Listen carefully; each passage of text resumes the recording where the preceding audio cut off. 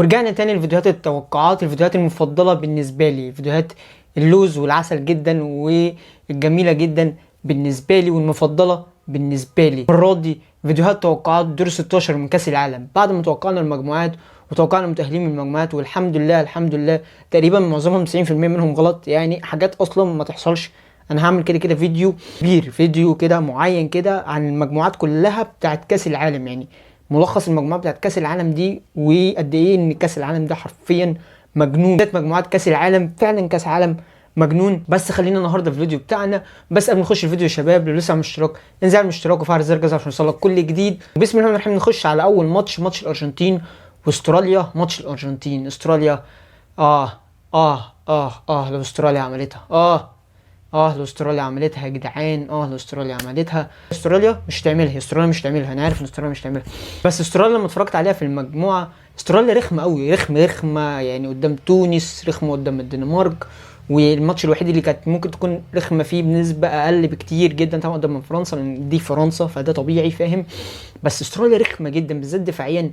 استراليا يعني غتت دفاعيا، غتت بجد والله العظيم. يعني استراليا مش طبيعيه. استراليا فازت على تونس 1-0، وعرفت تعمل اللي ما عملتوش فرنسا مع تونس، لان فرنسا خسرت من تونس 1-0. حلو. وبعديها فازت على الدنمارك 1-0 برضه. ما هو انا مش هجيب غير 1-0، انا مش هفوز غير 1-0، انا هاخد 3 بونت بتوعي واخد نفسي وامشي، ماليش دعوه. فهم دفاعيا رخمين، فرقه رخمه غتته حرفيا، بناخد الكوره غتته، وهجوميا حلوين وفي نفس الوقت دفاعيا حلوين وطوال كلهم، فمستحيل انت تلعب معاهم كرات عرضيه. انسى حوار كرات العرضيه ده معاهم، انسى حرفيا. هو اللعب على الارض كله. الارجنتين الناحيه الثانيه اللي بيميزهم عن استراليا بس ان هم بيملكوا ميسي، اكتر من كده مفيش حاجه بتميزهم عن استراليا، عادي الكفه متكافئه. واللي بيميز الارجنتين عن اي منتخب تاني تقريبا في كاس العالم هو حوار ميسي، وبيميز الارجنتين مخصوص عن استراليا هو ميسي، لا اكتر ولا اقل. اللي بيزود كفه الارجنتين ويخليني اختار الارجنتين عن استراليا هو ميسي. هل ميسي يبقى في الميعاد؟ هل ميسي يعدي بالارجنتين من دور 16 لدور الثمانيه؟ هنشوف. انا اتوقع ماتش الارجنتين واستراليا تاهل الارجنتين. الناحيه الثانيه ماتش هولندا وامريكا. على فكره الماتش مش سهل ولا ايزي خالص لهولندا. هولندا في المجموعات مش الفرقه القويه ولا الفرقه المرعبه. ماتش قطر ده ماتش قطر ايزي وين كده، ايزي وين يعني بالقوي. ده الفريق ال 32 من 32 فريق اصلا، يعني هم كده الاخير، واسوأ مدرب وليتهم سودا 260 نيله. بس يعني هولندا مش الفريق المبشر. ماتش السنغال عملت عليها ماتش نسبة 100% ل 90 دقيقة. والإكوادور عملت ماتش برضو جامد فشخ معاهم، شوط وشوط تقريبا، أو ممكن شوط ونص الإكوادور لنص شوط لهولندا، وطلعوا بالتعادل. هولندا اتنقصت من التعادل وفازت على قطر، وفازت على السنغال بجونين عشوائيين بسبب مندي الجونين. ومش الفرقة المبشرة خالص من المجموعات، هولندا مش الفرقة المبشرة خالص في المجموعات، وأمريكا فرقة كاملة وفرقة كويسة وكمجموعة كلها شباب وحلوين. بس الفرق ان بوليزيتش مش هيلعب تقريبا بنسبه كبيره، معرفش، تقريبا مش هيلعب بوليزيتش، وده ممكن اللي هيكون اللي يخلي انزل كفه امريكا وارفع كفه هولندا، واختار هولندا هي اللي تتاهل على حساب امريكا عشان تضرب ميعاد مع الارجنتين في دور الثمانيه. ثالث ماتش من ماتشات دور ال16 بعد معجزه كوريا الجنوبيه، وان هي طلعت تاني بعد البرتغال واللي حصل والاحداث اللي احنا حضرناها امبارح. جت كوريا الجنوبيه يا جدعان عشان تلعب البرازيل. لا اله الا الله، يا ريتني ما تاهلت. البرازيل مشكلتها زي مشكله البرتغال. مشكله البرازيل هو تيتي بس، لا اكتر ولا اقل. نيمار، هل نيمار هيلعب؟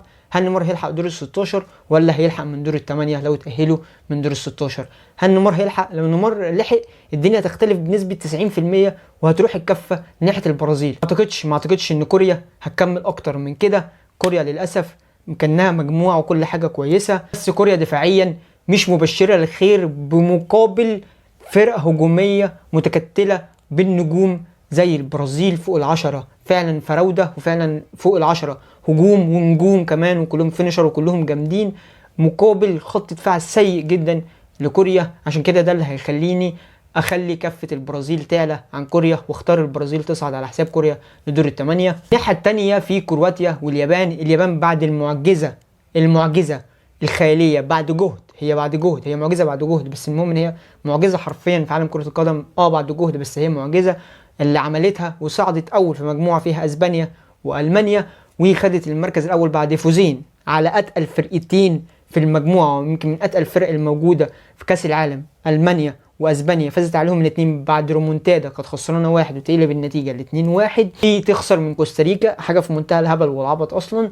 بس اليابان هتقابل كرواتيا، كرواتيا الهشه، كرواتيا مش ده المستوى اللي كانوا مستنيينه بعد تاني كاس العالم النسخه اللي فاتت. فكرواتيا مش عادي، كرواتيا عاديه، كرواتيا تقدر ان انت تهزمها بسهوله كمان مش بصعوبه. فاتوقع تاهل اليابان على حساب كرواتيا عشان تضرب ميعاد مع البرازيل في دور الثمانيه. الصف اللي بعده ماتش انجلترا والسنغال، ماتش جامد والله العظيم، ماتش هيبقى من اجمل الماتشات دور 16 يا جدعان حرفيا. السنغال قويه وخدت راحه هي كام يوم، وهتبدا تعمل الدنيا وتشوف الدنيا. فرقه فارقه، فرقه مجهودها بدني ما شاء الله كويس كويس كويس كويس كويس، اللي تعمل ماتش قدام الاكوادور بالمستوى ده، وهولندا وقطر. ماشي سيبك من قطر ازوين، بس قدام الاكوادور وقدام هولندا وتعمل المستوى البدني والفني والتكتيكي ده القوي ده. فان شاء الله قدام انجلترا هتعمل ماتش جامد جدا. انجلترا ساوثجيت ماشي كويس وماشي زي القطر ما شاء الله عليه، بس الدنيا معاه برضو مش مظبوطه دفاعيا سيكا، على حسب هو هيلعب ماجوار او مش هيلعبه، مع ان ماجوار ممكن يكون بيقدم مستوى كويس سيكا عن ما فات يعني، بس على حسب هيلعب ماجوار ولا لا، وعلى حسب الدفاعيه وعلى حسب حاجات كتير. بس اعتقد توقعي يا شباب للماتش ده هيكون تأهل انجلترا على حساب السنغال، واختار كفة انجلترا تعلى على حساب السنغال للأسف، وهيكون مشوار السنغال انتهى في دور ال16. الناحية التانية ماتش فرنسا وبولندا، ما حدش يقول لي ان بولندا تعمل مشاكل لفرنسا، ما حدش يقول لي خالص ان فرنسا اتهزمت من تونس، ما حدش يقول لي ان عادي لا فرنسا هتطلع من بولندا، ما حدش يقول لي ان اي حاجة هتحصل، مفيش اي مفاجآت. بص هو كاس عالم مفاجآت، هو كاس العالم كله مفاجآت، بس ما تقوليش ان في مفاجآت مع فرنسا. فاتوقع بدون اي مقدمات كده اتوقع تأهل فرنسا على حساب بولندا. الصف اللي بعده صف المغرب واسبانيا.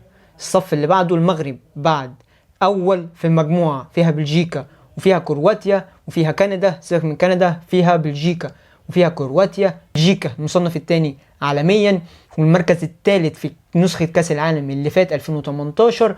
المغرب بتطلع اول على الناس والرجاله دي كلها واللعيبه دي كلها ودي بروين وهازارد والرجاله الجامده فشخ دي كلها، بتصعد اول. اسود الاطلس بتصعد لدور 16 لاول مره ب7 نقط عشان يبقى الفريق العربي الوحيد اللي تأهل لدور ال16. تضرب ميعاد مع اسبانيا، تضرب ميعاد مع اسبانيا. والله العظيم ماتش صعب، ماتش صعب تكتيكيا بين وليد الركراكي ولويس انريكي، ماتش صعب فنيا، ماتش صعب بدنيا، ماتش صعب بلعب، ماتش صعب كل حاجه حرفيا.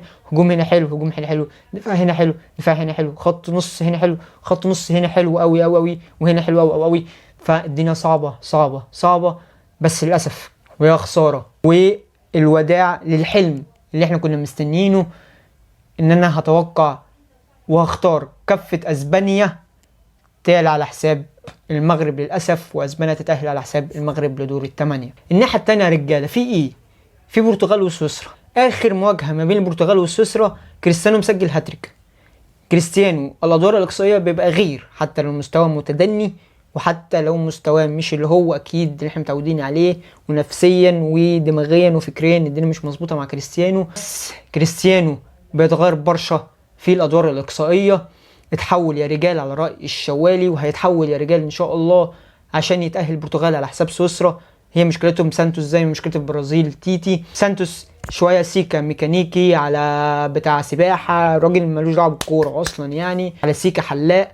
بس اللي انا اتوقعه كفة البرتغال هتعلى على كفة سويسرا، مع ان سويسرا بتقدم مستويات حلوه جدا جدا جدا في كاس العالم ده وبالذات شاكيري، بس البرتغال هتتأهل على حساب سويسرا عشان تضرب ميعاد مع اسبانيا. وبس شباب كنا خلصنا الفيديو بتاع النهارده وتوقعنا كل توقعات دور 16. وبس شباب كنا خلصنا الفيديو بتاع النهارده، ما تنساش لو عملت اشتراك انزل اعمل اشتراك وفعل زر الجرس عشان توصلك كل جديد. سلام.